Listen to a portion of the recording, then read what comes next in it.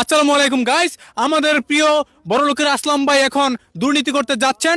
গরিব দুঃখীর মাঝে এখনই দুর্নীতি করবেন তিনি। আমরা চলেন চলেন তার সাথে কথা বলি। আসলাম ভাই, প্রিয় আসলাম ভাই, আপনাকে আমাদের কিছু প্রশ্ন আছে। আসলাম ভাই কি প্রস্তুত আমাদের প্রশ্নের উত্তর দেওয়ার জন্য? আসলাম ভাই, আপনাকে আমার প্রথম প্রশ্ন হচ্ছে যে আপনি দুর্নীতি নিয়ে কাজ করেন, কিভাবে বাংলাদেশের দুর্নীতিকে আরো বাড়ানো যায় তা নিয়ে আপনি কাজ করেন, এটা বাংলাদেশের সর্বস্তরের জনগণ জানেন। এখন আমি জানতে চাই যে আপনি বাংলাদেশকে দুর্নীতিতে আরো এগিয়ে নিয়ে যাবেন কিভাবে? ধন্যবাদ আপনাকে। এই বিশ্বের বুকে একমাত্র বাংলাদেশকে চিনে কারণে আমি আসলাম ভাইয়ের কারণে, কারণ আমি দুর্নীতি করছি বলে বাংলাদেশকে পুরো পৃথিবী চিনে। আমি যে দুর্নীতি না করতাম তাহলে কেউ এই বাংলাদেশকে চিনতো না। তার একমাত্র উদাহরণ আমি আপনাদেরকে দেখাই। এই ইটের বাটাটা, আমি দুর্নীতি করছি বলে আজ ইটের বাটাটা বন্ধ।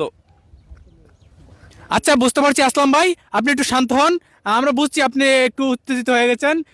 দুর্নীতি করতে গেলে একটু উত্তেজিত হতে হয়, এটা আমরা বুঝতে পারছি। প্রিয় আসলাম ভাই, আপনার কাছে আমার পরবর্তী প্রশ্ন হচ্ছে যে আপনি দুর্নীতিতে বাংলাদেশকে চ্যাম্পিয়ন করেছেন, আপনি এই দুর্নীতি কিভাবে শিখলেন? এটা আমার বাংলাদেশের জনগণ এবং আমার দর্শকরা জানতে চায়।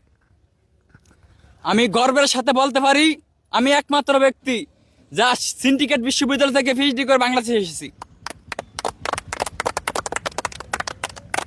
বুঝতে পারছি যে আপনি বিশ্ববিখ্যাত সিন্ডিকেট বিশ্ববিদ্যালয় থেকে পাশ করে বাংলাদেশে এসে দুর্নীতি শুরু করেছিলেন।